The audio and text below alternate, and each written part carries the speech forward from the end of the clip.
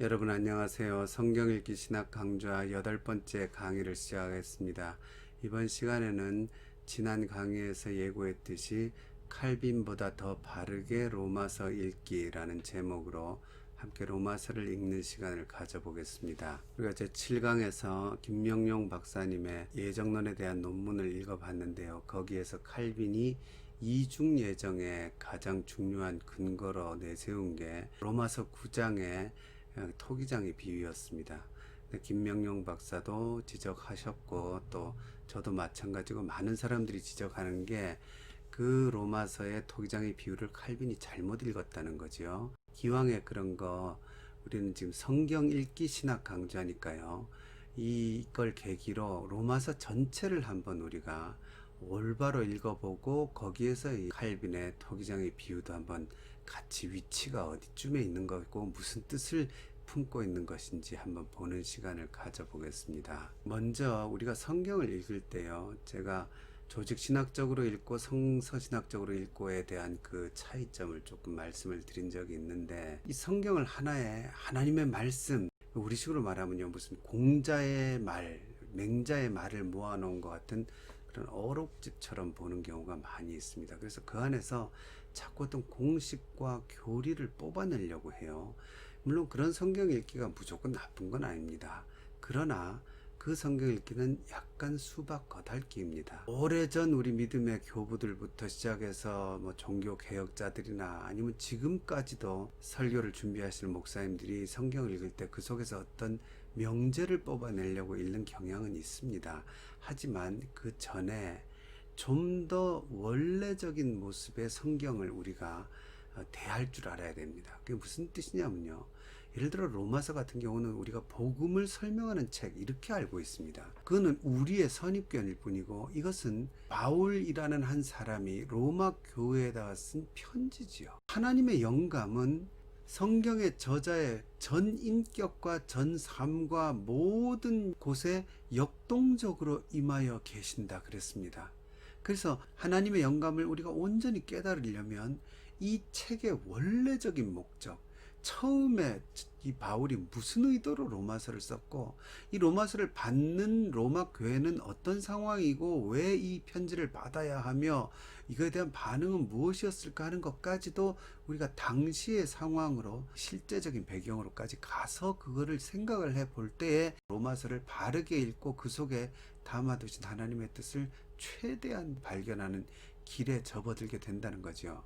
그러지 않고 우리가 단순히 이 속에서 계속 무슨 꽃감 빼먹듯이 교리만 빼먹으면 오해할 수 있고 잘못 해석할 수가 있는 겁니다.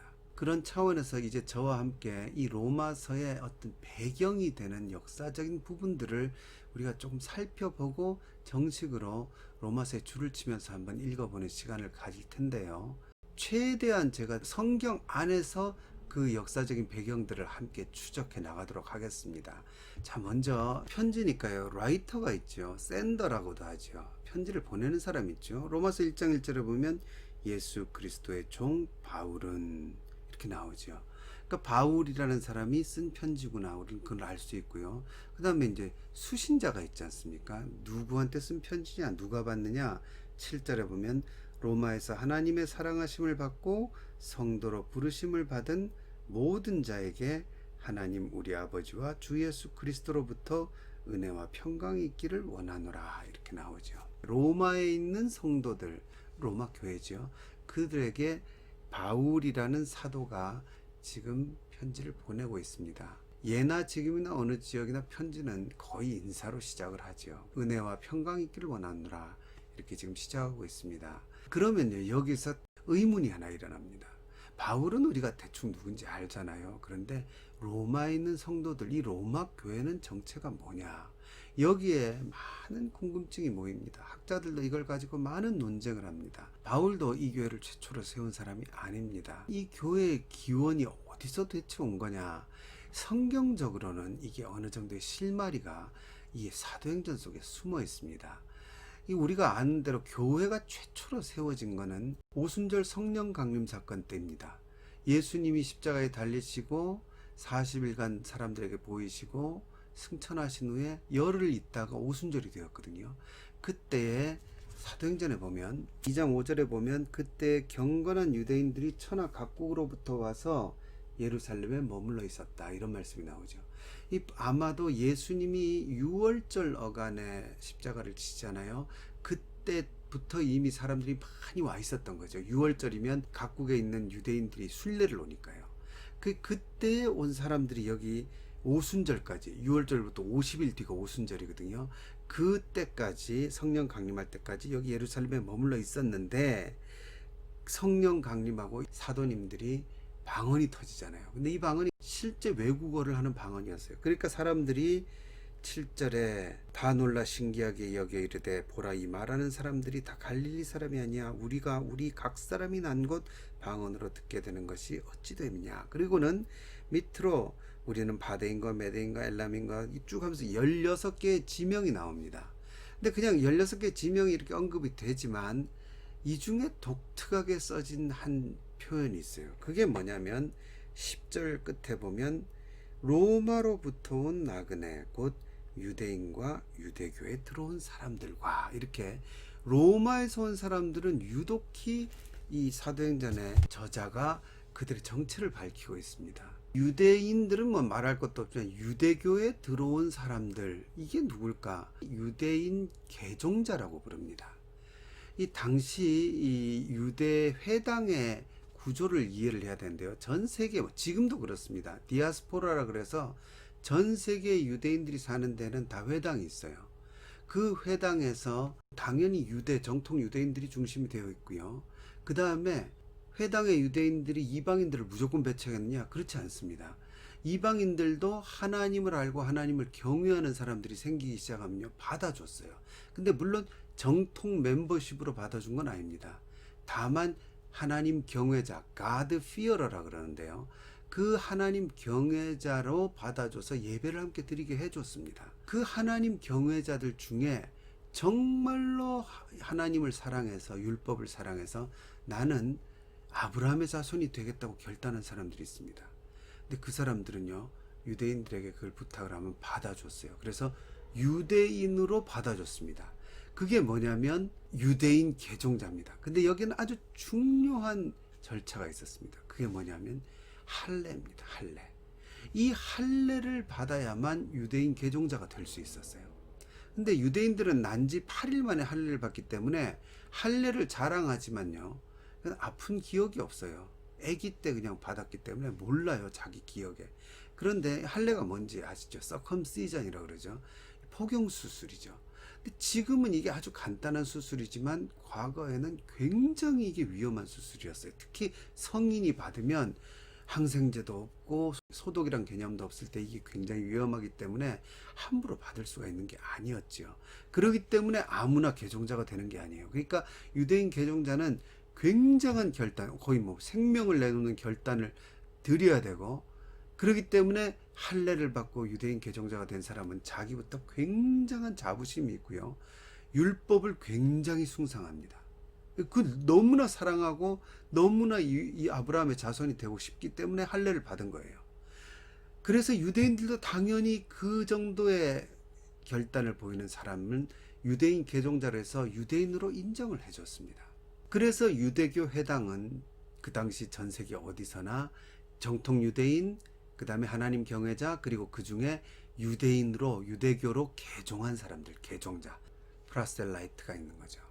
이 중에서 유대인과 그 다음에 유대인으로 인정받던 유대교 개종자, 물론 이방인이지만 혈통은, 이 사람들이 사모한 마음으로 6월절을 예루살렘에서 지키겠다고 예루살렘에 왔다가 어쩌면 예수님 돌아가신 것도 받고, 그 다음에 오순절에 성령 받은 사도들을 만나서 세례받고 사도들에게 복음을 듣는, 예루살렘 초대교회 공동체에 좀 같이 생활하다가 다시 로마에 있는 유대교 회당으로 돌아오는 그런 역사를 우린 충분히 생각해 볼 수 있습니다. 그리고 그런 증거가 이따 찾아보겠지만 로마서에도 나오지요. 근데 이들이 로마 회당으로 다시 돌아왔을 때요, 그때부터 어떻게 하겠습니까? 이제 알릴 거 아니에요. 예수님이 메시아다, 그리스도다. 예수님 누군데? 십자가에 달려 돌아가신 분이다. 물론 부활하셨다.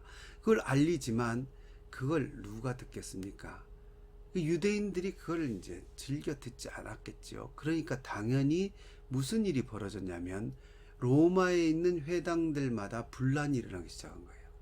당시에는 로마에 기독교는 없는 겁니다. 아직 유대교 회당이 있는 거예요. 그런데 유대교 회당 안에서 예수님을 그리스도로 믿는, 메시아로 믿는 유대교 혹은 유대교에 입교한 사람들이 있었겠죠. 거기 같이 갔으니까. 사도행전이 굳이 그걸 기록한 거는 기원을, 이 사도행전이 로마 지향적이거든요. 바울의 마지막 그 목표가 로마고 로마에 도착하는 걸로 사도행전이 끝나잖아요. 그렇기 때문에 이 초반에 로마라는 그 지역을 특별히 이렇게 암시해 놓은 것 같아요. 그러니까 일부러 유대인과 유대인 개종자들을 로마 교회의 어떤 근원으로 이렇게 암시해 놓은 흔적이 있다고 저는 봅니다. 그때의 로마 유대교 회당 출신의 유대인들과 유대인 개종자들이 로마에 있는 회당으로 돌아왔을 때 분란이 일어나서 심각한 사회 문제를 일으켰죠. 그거는 놀랍게도요, 역사에 기록이 되어 있습니다. 그때가 클라우디우스 황제 AD 49년으로 보는데요. 당시에 로마 회당을 중심으로 너무 많은 분란이 일어나서 유대인들끼리 싸우는 거예요. 그래서 왜 그러냐 알아봐서 로마 사회를 어지럽게 하니까 이 황제가요, 이들을 다 추방해 버립니다. 그게 수에토니우스라는 당시 역사가의 기록에 그게 남아 있습니다. 뭐라고 남아 있냐면요, 어떤 크레스투스에 의해서 선동된 유대인들이 소요를 일으켰기 때문에 황제가 그들을 추방했다, 이런 기록이 역사 기록에 남아 있습니다. 이 수에토니우스 혹은 수에톤의 이 기록에서 크레스투스라는 말로 기록된 게 잘못 기록되었을 거라고 대부분의 학자들이 동의합니다. 뭐냐면 크리스투스, 그러니까 예수 그리스도를 얘기하는 거예요. 그러니까 그리스도라는 어떤 존재에 의해서 선동된 사람들에 의해서 로마 회당이 시끄러워진 거예요. 그 기원은 어디서 왔겠습니까? 요즘 30년도로 많이 보는데, 예수님 돌아가신 해를 30년 혹은 우리가 정통적으로 하는 33년 요간에 그때 예루살렘에 갔던 그 유대인과 유대교 개종자들, 그들이 복음을 들고 와서 계속 회당 안에서 예수님이 그리스도라고 알리는 바람에 이 유대교가 혼란해지고 그 안에 분란이 일어나니까 드디어 49년에 클라우디우스 황제가 그들을 추방해버린 거죠. 참 재밌는 역사가 있었던 거죠. 이게 로마 교회 안에 실제로 있었던 성경과 세상 역사가 같이 지금 증언하고 있는 실제 역사입니다. 왜 제가 성경을 얘기하냐면 이 사건이요, 그대로 성경에도 기록이 되어 있습니다. 그게 사도행전 18장입니다. 바울의 2차 선교여행 당시인데요. 사도행전 18장 1절에 보면 그 후에 바울이 아덴을 떠나 고린도에 이르러 아굴라라 하는 본도에서 난 유대인 한 사람을 만나니 글라우디오가 모든 유대인을 명하여 로마에서 떠나라 한 고로 그가 그 안에 브리스길라와 함께 이달리아로부터 새로운지라. 참 기가 막히죠. 그 유명한 브리스길라와 아굴라 부부가 그들이 이제 쫓겨났으니까요. 모든 유대인, 여기에도 이제 논의가 많지만 어쨌든 성경을 따르면 크리스찬 유대인이냐 아니면 정통 그냥 유대인이냐, 이들이 싸웠는데 아이 시끄럽다, 글라우디우스는 다 그냥 나가버려라, 그리고 유대인을 다 내쫓았다는 거예요. 그래서 아굴라와 브리스길라 이 부부가 고린도에 왔고 여기서 바울과 업이 같아서 아마 포목점 같은 데서 만났겠죠. 장막을 만드는 업이 같아서 바울에게 복음을 전해 듣게 되는 그 장면이 여기에 등장하고 있습니다. 이 아굴라와 브리스길라 부부는 아마도 당시 예루살렘에 가서 오순절 복음을 듣고 온 사람이었을지 아니면 어쨌든 복음을 들었던 사람인 것 같아요. 나중에라도 그 예루살렘까지 안 갔더라도 갔다 온 사람들을 통해서 크리스찬 유대인이 되었던 사람들인 것 같아요. 그러다가 다시 그들은 사도들을 통해서 배운 거잖아요. 근데 바울을 통해서 더 확실하게 복음을 알게 된 사람이 분명한 게 여기 18장에 보면 바울은 더 여러 날 머물다가 형제들과 작별하고 배 타고 수리아로 떠나갈새 브리스길라와 아굴라도 함께 하더라. 완전히 한 팀이 된 거예요, 바울과. 그랬는데 바울이 일찍이 서원이 있었으므로 갱그레아에서 머리를 깎았더라. 그러니까 고린도의 그 도시 이름이에요, 갱그레아. 이것도 기억을 하십시오. 이따 나올 거니까요. 왜 갱그레아에 우리가 흔히 베베 집사라고 하는 분이 나오잖아요. 로마서에 나오죠. 바울은 그리고 떠나고는요 24절에 아볼로가 등장해요. 알렉산드리아에서 온 아볼로라는 사람이 유대인이 에베소에 이르니 나오는데 26절에 그가 회당에서 담대히 말하기 시작하거늘 브리스길라와 아굴라가 듣고 데려다가 하나님의 도를 더 정확하게 풀어 이르더라. 브리스길라와 아굴라가 어떻게 아볼로라는 성경학자거든요. 이 사람보다 더 하나님의 도를 더 자세히 풀어줄 수 있었으며 더 나가서 그거를 아볼로가 수긍을 했겠냐는 거죠. 아볼로는 엄청난 성경에 능통한 자, 언변이 좋고 성경에 능통한 자라. 이런 사람에게 평신도가 어떻게 무엇을 가르쳤길래 아볼로가 그들을 통해서 복음의 깊이를 제대로 깨닫게 되었느냐. 그는 바울을 통해서 브리스길라와 아굴라가 복음이 무엇인지 정확하게 이제 알게 되었다는 거죠. 그래서 이 아굴라와 브리스길라 부부는 바울을 통해서 복음의 정수를 제대로 깨닫게 된 로마 출신의 사람, 그 대표자들입니다. 그러다가 AD 54년에 클라우디우스 황제가 죽어요. 그리고는 그 유명한 네로가 이제 황제로 등극을 하는데 바로 그 54년부터 이제 그 클라우디우스의 모든 유대인을 추방한 그 칙령이 이제 효력을 잃게 되는 거죠. 그래서 그 54년부터 유대인들이 추방당했던 유대인들이 다시 과거 삶의 터전인 로마로 돌아오기 시작했을 거라고 봅니다. 아마 그 다음부터 우리가 상상을 해볼 수 있죠. 그들이 와서 다시 회당을 중심으로, 뭐 유대인들은 당연히 회당을 중심으로 모이니까요. 회당을 중심으로 이제 모였을 건데, 문제는 뭐냐면 회당은 이미 폐쇄가 되어서 그때까지는 못 열었을 거예요. 그런데 그들이 추방당하고 난 뒤에 누가 그 속에서 남아서 비슷하게 신앙 공동체를 형성했겠습니까? 이방인 개종자들 있죠. 유대교로 개종했던 그 사람들. 그 사람들이 또 다른 이방인들을 전도하면서, 유대인은 없으니까요. 유대인은 다 추방당했으니까요. 그들은 율법을 사랑한 사람들이에요. 그러니까 율법을 중심에 두고 자기들이 오히려 유대인 행세를 하면서, 유대인 맞기는 맞지만 개종자잖아요.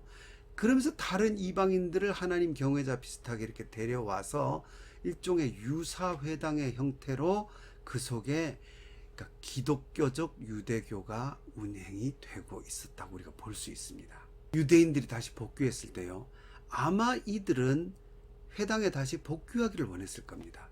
그러나 그거를 유대인들, 정통 유대인들이 기독교적인 색채 때문에 그 싸운 거잖아요. 그런데 가뜩이나 개종자 출신들인데 예수를 믿으니까 아마도 트러블이 있고 안 받아줬을 겁니다. 그런데 그때 누가 돌아왔느냐?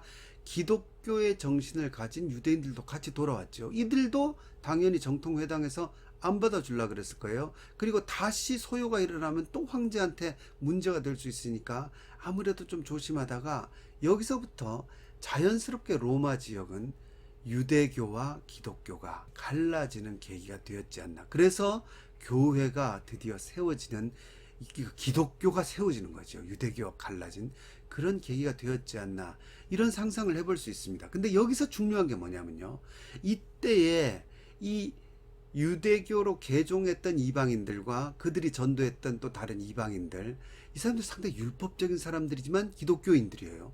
근데 이들에게 다가온 사람들이 누구냐면 브리스길라와 아굴라 같은 바울의 복음을 받아들였던 크리스찬 유대인들이 와서 같이 합류하게 됐죠. 그러니까 묘한 일이 벌어진 거예요. 예수님을 믿지만 율법의 열심인, 바울의 복음을 들어본 적이 없으니까요, 율법의 열심인 이방인 무리들이 좀 있어요. 그리고 오히려 바울로부터, 율법으로부터 자유로운, 그게 바울의 굉장히 중요한 이슈잖아요. 율법으로부터 자유로운 복음주의적 유대교인들이 여기에 합류했어요. 그래서 갈라디아서나 다른 서신서와 로마서가 좀 굉장히 다른 상황인 거예요. 이거는 율법으로부터 자유로운, 그래서 이제 나중에 보겠지만 아무거나 먹을 줄 아는 유대인들이 있고요, 율법에 꽉 매여 있는 크리스찬 이방인인데 유대교 개종자, 그리고 그들을 통해 예수를 믿은 하나님 경외자 같은 이방인들이 있고요, 그 다음에 율법의 자유로운 유대인들을 통해서 또 예수를 믿게 된 자유로운 이방인이나 유대인, 또 크리스찬들이 있어요. 그런 상황이 이 로마 교회 안에 이루어져 있었던 거고요. 바울의 경우는 로마 교회를 세우는데 자기가 직접적으로 뭐 어떤 공헌을 한 건 아니에요. 하지만 로마 교회의 중요한 사상적인 지주, 한 기둥을 막고 있었던 겁니다. 그러니까 그게 뭐냐면 브리스길라와 아굴라 부부, 자기의 직접적인 제자들이죠. 아예 고린도에서 만나서 복음을 가르쳤던 그 사람들, 그들을 중심으로 한 율법으로부터 자유로웠던 복음, 바울의 복음, 오직 믿음의 복음, 그 복음으로 교회 안에 누르고 올려주는 그런 작업을 시작을 한 거예요. 그게 로마서라는 편지 안에서 작동을 하는 걸 우리가 볼 수가 있습니다. 제가 지금 유대인 개종자 중에 굉장히 율법적인 사람들이 있을 수 있다, 그런 얘기를 드렸는데요. 그게 어디에 나오냐면요, 로마서 2장에 보면 17절에 유대인이라 불리는 너라는 존재가 나와요. 유대인이라 칭하는 너, 개역성경에 그렇게 나오죠. 이 이상한 존재가 나와요. 유대인인 너가 아니라 유대인이라 불리는 너. 그리고는 이 사람들이 율법을 의지하며 하나님을 자랑하며 율법의 교훈을 받고 하나님의 뜻을 알고 막 이렇게 나오는데, 또 뒤에 가면 그들의 이중적인 생활이 나오지요. 그러면서 도둑질하지 말라 선포하는 내가 도둑질하느냐, 간음하지 말라 말하는 내가 간음하느냐, 우상을 가증히 여기는 내가 신전 물건을 도둑질하느냐. 이 굉장히 이상하죠. 유대인들이 이런 일을 할까? 이 신전이라는 것은 우상 숭배하는 곳이잖아요. 이게 다 뭘까? 율법주의의 극치를 달리는 모습이라고 할 수도 있어요. 왜냐하면 지금도 뭐 아주 극단적인 기독교인들 중에 단군 동상 목을 자르거나 불교 대웅전에 가서 막 뭐 난리를 치고 오는 그런 사람들도 있잖아요. 그런 모습이 그려진 게 아닌가, 이런 추정을 할 수가 있어요. 근데 그들에 대해서 이야기하면서 바울이 무슨 얘기를 하냐면요, 할례 얘기를 해요. 그래서 네가 율법을 행하면 할례가 유익하나 율법을 범하면 내 할례는 무할례가 되었느니라. 그러면서 28절에 무릇 표면적 유대인이 아니요 표면적 육신의 할례가 아니니라. 오직 이면적 유대인이며 할례는 마음에 해야 된다. 이 속에요, 이 유대인이라 칭하는 이 사람들이 이방인 개종자일 확률이 굉장히 높아요. 제가 지금 말씀드린 이 로마서의 역사적인 배경을 생각해 보면 이게 느낌이 오실 겁니다. 그래서 제가 정리를 해보면요, 이게 어디에 이게 나오냐면 로마서 16장에 보면요, 바울이 로마 교회 마지막으로 16장에서 여러 사람에게 문안하라는 이야기를 하거든요. 16장에만 사람 이름이 28명 이상이 나오는데요, 여기에 이제 1절에 보면 내가 갱그레아 교회의 일꾼으로 있는 우리 자매 베베를 너에게 추천한다, 이런 말씀이 나오죠. 아까 말씀드렸죠. 갱그레아가 어디에 있는 도시입니까? 고린도에 있는 도시예요. 그래서 이 갱그레아, 고린도, 베베를 보내고 하는 거 보니까 바울이 이 편지를 어디서 썼는지가 나와요. 이게 바울의 3차 여행 당시에 고린도에서 쓴 편지라고 우리가 거의 이제 추정을 합니다. 이게 AD 한 57년 혹은 58년 보통 그렇게 보는데요. 왜 그렇게 알 수 있냐면 그때 3차 여행을 고린도에서 거쳐서 어디로 가냐면 예루살렘을 거쳐서 예루살렘에서 포박되고 그 다음에 마지막 여행 로마 여행 가는 게 사도행전에 기록되어 있거든요. 근데 로마서 그 앞에 보면 15장에 보면 22절에 그러므로 또한 내가 너희에게 가려하던 것이 여러 번 막혔더니 이제는 이 지방에 일할 곳이 없고 또 여러 해 전부터 언제든지 서바나로 갈 때에 너희에게 가기를 바라고 있었다. 여기서 바울의 다음 계획이 나옵니다. 로마를 거쳐서, 너희는 로마잖아요. 로마서를 받는 사람들이니까 로마를 거쳐서 스페인 서바나, 이 지중해 끝이잖아요. 이 스페인까지 가는 게 바울의 목적이었는데 24절에 이는 지나가는 길에 너희를 보고 먼저 너희와 사귐으로 얼마간 기쁨을 가진 후에 너희가 그리로 보내주기를 바람이라. 당연히 선교하는데 돈이 많이 들지요. 바울과 바울 일행들 그 뭐 여행 경비 식비 그런 건 말할 것도 없고 굉장히 많은 지원이 필요한 상황이지요.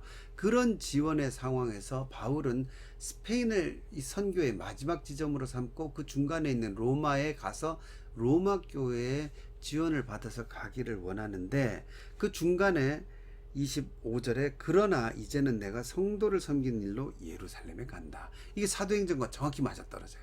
사도행전에도 3차 선교여행에서 마지막에 예루살렘에 가서 야고보를 만난 후에 성전에 갔다가 체포되죠. 그리고는 황제에게 상소를 하는 바람에 로마까지 가는 경로가, 여기 있는 경로와 딱 맞아 떨어지죠. 그러니까 어떤 면에서 바울이 돈이 없었던 것 같아요. 예루살렘 교회에 전해줄 헌금은 있었지만 그 헌금을 건드리면 안 되잖아요. 그러고는 자기는 로마를 거쳐서 스페인까지 가야 되는데 갈 수가 없으니까 결국 바울이 마지막에 정말 목숨 걸고 선택한 게 뭐냐, 아예 체포돼서 죄수의 몸으로 로마 황제까지 가면 로마에 갈 수 있겠구나, 로마에 갔다가 거기서 로마 교회 사람들 만나고 거기서 스페인까지 가는 선교 후원을 바라고 이걸 쓴 겁니다. 그래서 28절에 그러므로 내가 이 일을 마치고 이 열매를 그들에게 확증한 후에 너희에게 들렀다가 서바나로 가리라, 이렇게 말하죠. 그 스페인으로 가는 일에 로마 교회가 후원자가 되주기를 바라는 마음이 분명히 있어요. 그 다음에 나로 하나님의 뜻을 따라 기쁨으로 너희에게 나아가 너희와 함께 편히 쉬게 하라. 이게 이 편지에, 그러니까 복음에 대한 이야기가 많지 않습니까? 율법과 복음 이야기.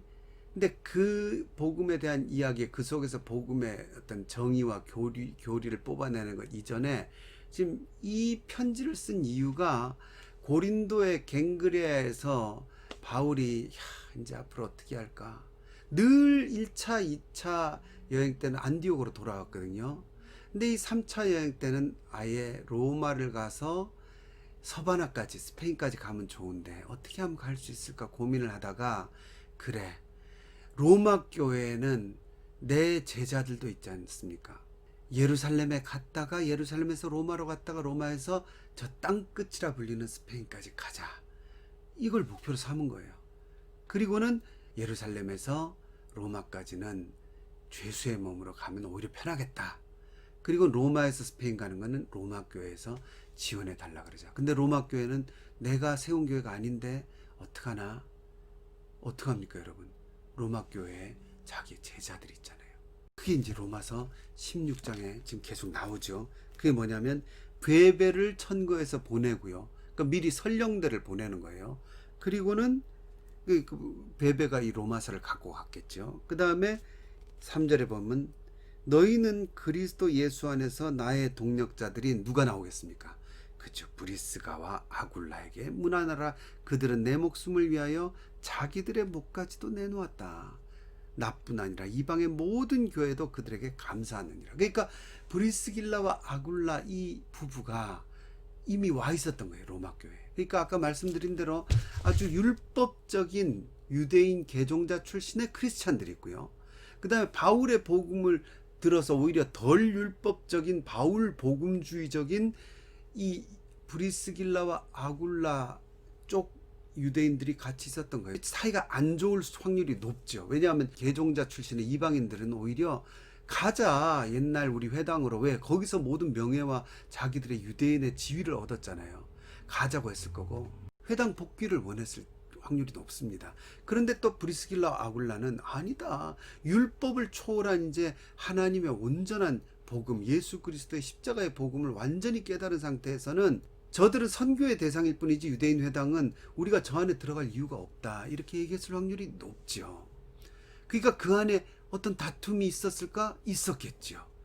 그래서 율법에 대한 다툼 있었겠죠. 뭘 먹을지 뭘 마실지 이런 거에 대한 다툼이 있었겠죠. 그러니까 오히려 유대인 출신의 브리스길라와 아굴라 출신의 복음주의자들은 우리는 아무거나 먹어도 어떠냐. 근데 오히려 이방인 개종자 출신들은 율법을 위해 목숨을 걸었던 사람들이니까요. 어떻게 그걸 막 먹냐. 그런 논쟁들이 당연히 있었겠죠. 그 논쟁이요, 치열했던 게 보입니다. 그게 그 유명한 믿음이 강한 자, 믿음이 연약한 자 논쟁이죠. 그래서 14장 1절에 믿음이 연약한 자를 너희가 밭되 그의 의견을 비판하지 말라. 어떤 사람은 모든 것을 먹을 만한 믿음이 있고 믿음이 연약한 자는 채소만 먹는다. 그리고는 또 먹는 자는 먹지 않는 자를 업신여기지 말고 먹지 않는 자는 먹는 자를 비판하지 말라. 서로 업신여기고 아유 뭘 그거 갖고 부들부들 떠냐 이러는 복음주의적인 사람들이 있고요. 그 다음에 어떻게 저 율법에 어긋난 걸 함부로 먹냐 이렇게 막 얘기하는 사람들이 있었죠. 서로 비판하고 서로 업신여기고 할 때 바울이 그걸 중재를 하죠. 이 중재라는 말이 굉장히 중요합니다. 그래서 뭐라 그럽니까? 5절에 어떤 사람은 이 날을 저 날보다 낮게 여기고 어떤 사람은 모든 날을 같게 여기니 각각 자기 마음으로 확정할지라. 이게 중요한 사람 이렇게 중요하다 그러고 저게 중요한 사람 저게 중요하다고 서로 싸우지 말라는 거예요. 우리식으로 말하면 새벽기도 죽어도 해야 되는 사람이 있거든요. 반대로요, 철야기도 죽어도 해야 되는 사람이 있어요. 둘 다요, 철야도 하고 새벽기도도 하고 그건 힘들어요. 서로요, 그거 갖고는 자기가 편한 대로 하면 돼요. 각각 자기 마음에 확정하면 돼요. 보통 보면 새벽기도는 새벽형 사람들이 주로 새벽기도를 좋아하고요. 그 다음에 올빼미 스타일들이 철야기도를 좋아해요. 바울이 중재를 하는 겁니다. 그리고는 결론을 어디로 가냐면요, 13절에 그런즉 우리가 다시는 서로 비판하지 말고 도리어 부딪힐 것이나 거칠 것을 형제 앞에 두지 않도록 주의하라. 그러니까 자꾸 중재를 하는 겁니다. 로마 교회 안에 어떤 이 율법적인 부딪힘들, 이런 어떤 다툼들을 자꾸 중재를 해서 19절에 그러므로 우리가 화평의 일과 서로 덕을 세우는 일을 힘쓰나니 음식으로 말미암아 하나님의 사업을 무너지게 하지 말라. 그러니까 먹는 문제로, 율법이 먹는 문제가 굉장히 심각하거든요. 이게 지금도요, 유태인들이 뭐가 다릅니까 여러분? 먹는 거 같고요, 코셔라 그러죠. 코셔 갖고 뭐 죽도록 거기에 목숨을 겁니다. 그 율법에서 먹는 문제로 일상에서 제일 많이 부딪히는 거니까 그거에 대해서 바울이 중재를 하고, 근데도 재밌는 건요, 어디 편을 주로 듭니까? 누가 믿음이 강하다 그럽니까? 먹으면 안 돼 하는 사람보다요, 그 사람 믿음이 약한 사람이라고 그러죠. 이건 율법주의자인데 믿음이 약한 자예요. 아까 얘기한 이방인 개종자 팀일 확률이 높고요. 아무거나 먹어도 괜찮아 하는 사람들이 오히려 정통 유대인 중에 이 바울의 복음을 들은 브리스길라와 아굴라 팀일 확률이 높죠. 둘을 중재하지만 누가 믿음이 강하다 그럽니까? 그렇죠. 아무거나 먹어도 괜찮다고 하는 사람들이 강한 자예요. 율법적인 사람들이 약한 자고요.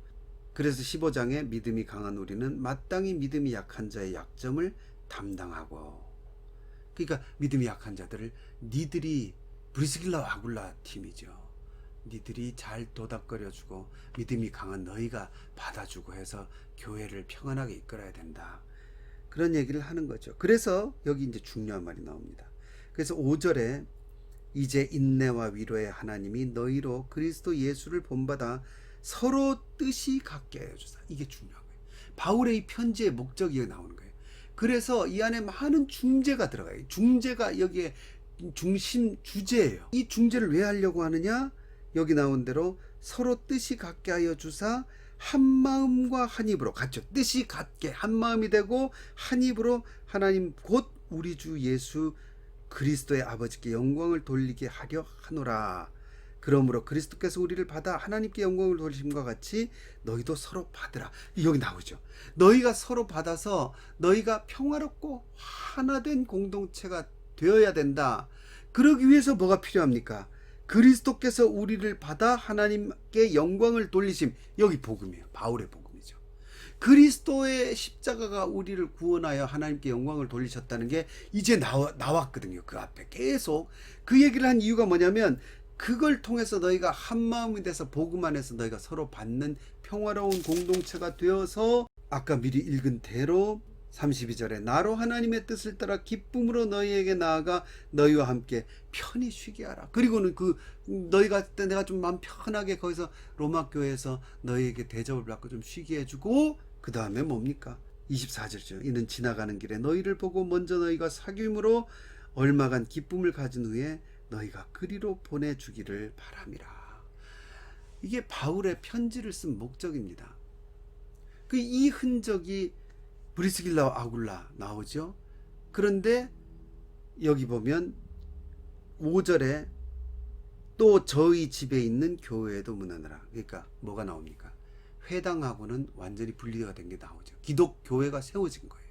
가정교회 형태지만 브리스가와 아굴라를 중심으로, 물론 가정교회가 이 사람만의 집에 모인 건 아니겠지만 어쨌든 이 브리스길라와 아굴라에 있는 가정교회를 중심으로 로마 기독교 공동체가 있었던 걸 알 수 있고, 회당과는 완전히 떨어져 있었던 거죠. 근데 그 다음에 아주 중요한 7절에 내 친척이여 나와 함께 갇혔던 안드로니고와 유니아에게 문안하라. 그리고는요, 안드로니고와 유니아도 뭔가 바울과 관련이 있었고 함께 갇혔으니까 복음을 위해 함께 싸웠던 일꾼이죠. 그런데 이분들이요, 놀라운 진술이 나오죠. 그들은 사도들에게 존중이 여겨지고 또한 나보다 먼저 그리스도 안에 있는 자라 이렇게 나오죠.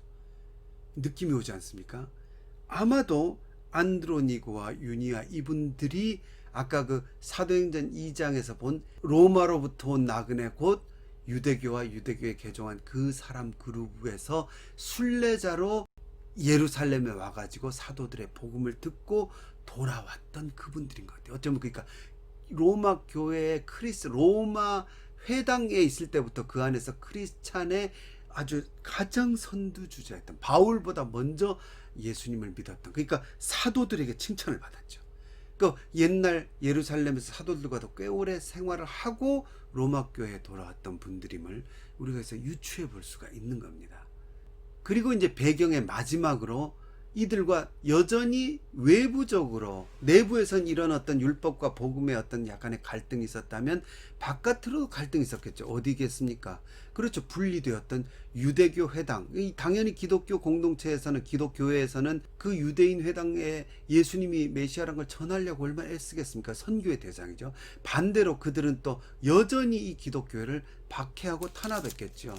그러니까 그런 상황에서 뭐가 나오냐면 로마서 마지막 장 16장 17절에 형제들아 내가 너희를 권하노니 너희가 배운 교훈을 거슬러 분쟁을 일으키거나 거치게 하는 자들을 살피고 그들에게서 떠나라. 이 교회 안에 있는 사람에게 이런 얘기를 했다고는 보기 힘들지요. 그러니까 밖에서 끊임없이 이 정통 유대인들이 계속해서 분쟁을 일으키게 하고, 왜냐하면 그 안에 개종자들은 그리워하잖아요. 옛날 회당을. 그렇게 하고 그 다음에 거치게 하는 자들, 그 안에 이간질을 시키고 싸우게 하는 자들, 그들을 살피고 그들에게서 떠나라. 이 같은 자들은 우리 주 그리스도를 섬기지 아니하고 다만 자기들의 배만 섬기고 교활한 말과 아첨하는 말로 순진한 사람들의 마음을, 자들의 마음을 미혹하는 자들이죠. 그러니까 외부에도 원수들이 있는 거죠. 그래서 여러분 마지막에 그 유명한 구절을 바울이 이런 상황에서 얘기하는 겁니다. 그 밖에서 유혹하는 유대인 회당들이 있는 상황에서 너희가 선한 데는 지혜롭고 악한 데 미련하기를 원하노라. 평강의 하나님께서 속히 사탄을 너희 발 아래서 상하게 하시리라. 이 우리가 좋아하는 구절이죠. 로맨 16, 19 says 막 이러면서 젊은이들 찬양하잖아요. 근데 이게 어디서 나온 상황인지 이제 좀 더 이해가 가시죠.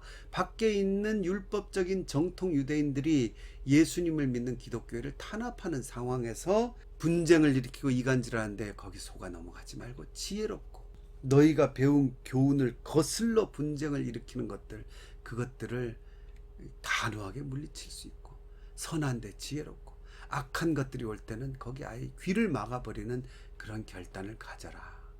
이런 이야기를 이제 로마서에서 바울이 하기 위해서 이 로마서를 쓴 겁니다. 그리고는 우리가 아는 로마서의 복음, 이 복음은 이러한 현실적인 상황에서 바울이 교회 안에 엉뚱하게 높아진 것은 낮추고 낮아진 것은 높이고, 그래서 그 속에 평등하게 서로 뜻과 마음이 합쳐지도록 하는 중재적인 그러한 목적을 가지고 로마서를 기록한 겁니다. 이러한 편지의 근본적인 뼈대, 역사적인 배경을 가지고 이제부터 로마서를 읽으면 그 속에 있는 복음도 더 자세히 알 수 있고요. 각각의 구절이 무슨 목적과 의도로 써졌는지가 보다 더 분명하게 잡히기 시작합니다. 이제부터 직접 성경 구절을 보면서 이제 급속도로 로마서를 읽어가 보겠습니다.